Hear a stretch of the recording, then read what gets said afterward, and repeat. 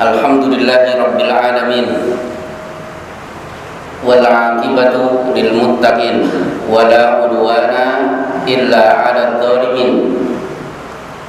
Asyhadu an la ilaha illallah wahdahu la syarika lah, wa asyhadu anna Muhammadan 'abduhu wa rasuluhu. Allahumma shalli ala Muhammadin wa ala alihi wa sahbihi ajmain. Jamaah sholat isya yang dimuliakan oleh Allah, pembahasan kita pada malam hari ini dan untuk malam-malam berikutnya adalah apa persamaan jin dengan warga masyarakat,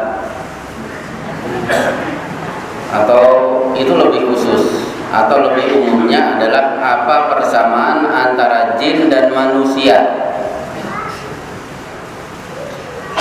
Punya banyak persamaan. Yang pertama, jin dan manusia sama-sama punya kelamin, kelamin laki dan kelamin perempuan.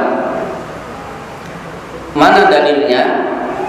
Dalilnya adalah ketika kita masuk WC, maka sunnah bagi kita untuk membaca Allahumma inni a'udzubika, ya Allah, aku berlindung kepadamu, minal khubuthi, dari jin laki-laki, wal khabaithi, dan jin perempuan. Ini dalil dan insya Allah semuanya hafal. Setelah kita tahu jin punya kelamin laki-laki dan punya kelamin perempuan, berarti jin menikah sama dengan manusia. Kalau menikah berarti mereka punya keturunan. Mana dalil jin itu menikah dan punya keturunan? Dalilnya adalah firman Allah, wa idh qulna lil malaikati isjudu li adama fasajadu illa iblis. Kami perintahkan kepada malaikat untuk bersujud kepada Adam. Semua bersujud kecuali iblis. Kana minal jinni, iblis itu bagian dari kelompok jin. Fafasaqa an amri rabbih, tapi dia tidak taat terhadap perintah Allah. Afatattakhidunahu wa dzurriyyatahu awliya, apakah kalian wahai manusia mau menjadikan iblis dan anak cucunya sebagai teman?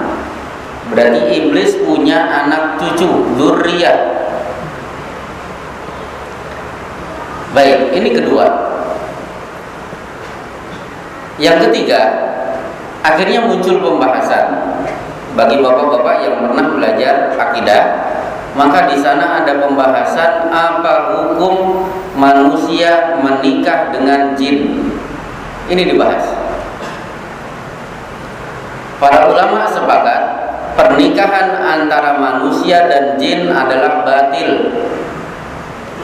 Dalilnya adalah biasanya ditulis di kartu undangan, ada tertulis ayat di surat Ar-Rum,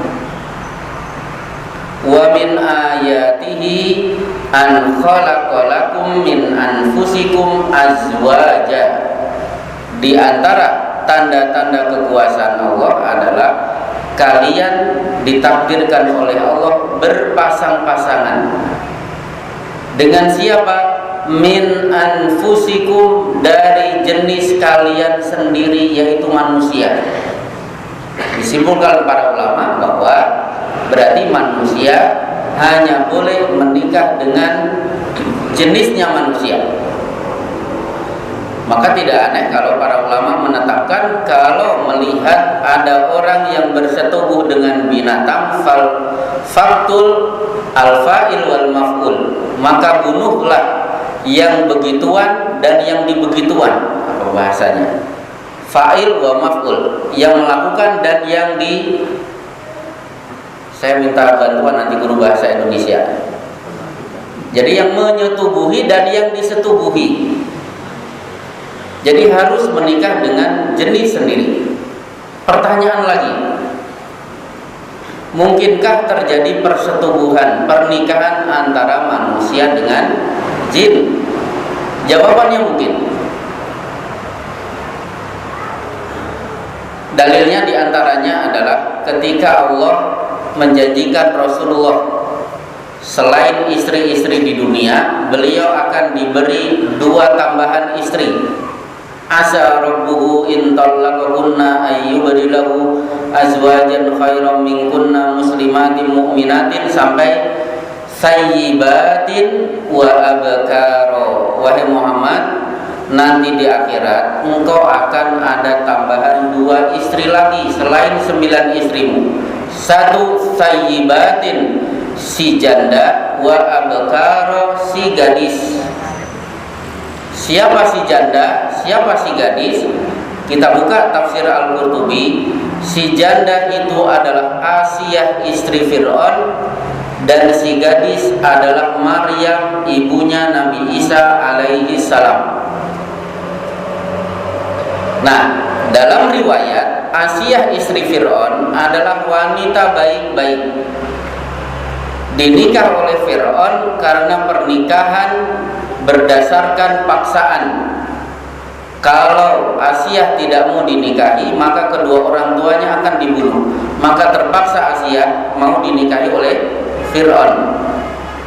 Karena kehormatan Asiyah dan imannya kepada Nabi Musa, maka Asiyah dilindungi oleh Allah Subhanahu wa taala, sehingga setiap Fir'aun punya hasrat untuk menyetubuhi Asiyah, maka saat itu pula pasti ada jin menjelma sebagai sosok Asiyah, dan akhirnya yang disetubuhi oleh Fir'aun selama itu adalah jin, bukan Asiyah.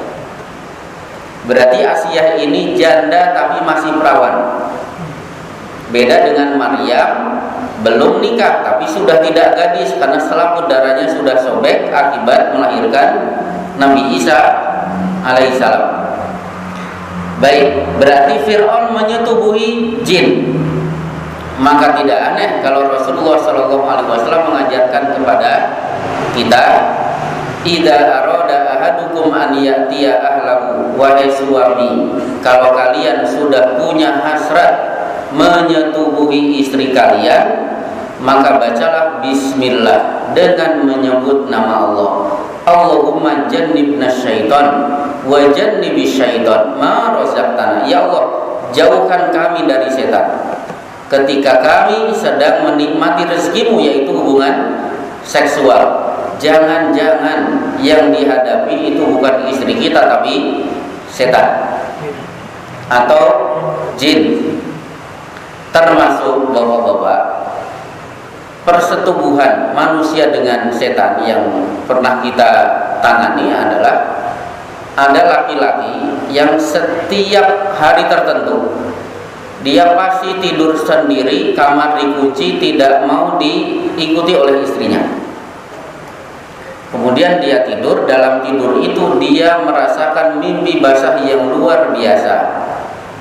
Itu salah satu cara setan bersetubuh dengan manusia. Maka dalam kitab Khasais Nabi SAW disebutkan bahwa seluruh nabi tidak pernah mimpi basah, karena mimpi basah adalah min tazyini syaitan, itu berasal dari permainan setan. Maka bagi para pemuda jangan bangga kalau seminggu sekali mimpi basah, karena mimpi basah berasal dari setan. Karena saya dulu ditegur oleh teman saya, mimpi basah berapa kali? Sebulan sekali enggak, 2 bulan sekali enggak, setengah sekali belum tentu. Kemudian saya divonis kamu tidak normal, seperti saya seminggu sekali mimpi basah. Nah, ternyata justru orang yang sering mimpi basah ini perlu dicurigai, perlu diruqyah. Jangan-jangan itu adalah permainan dari setan. Baik, bapak-bapak yang dimuliakan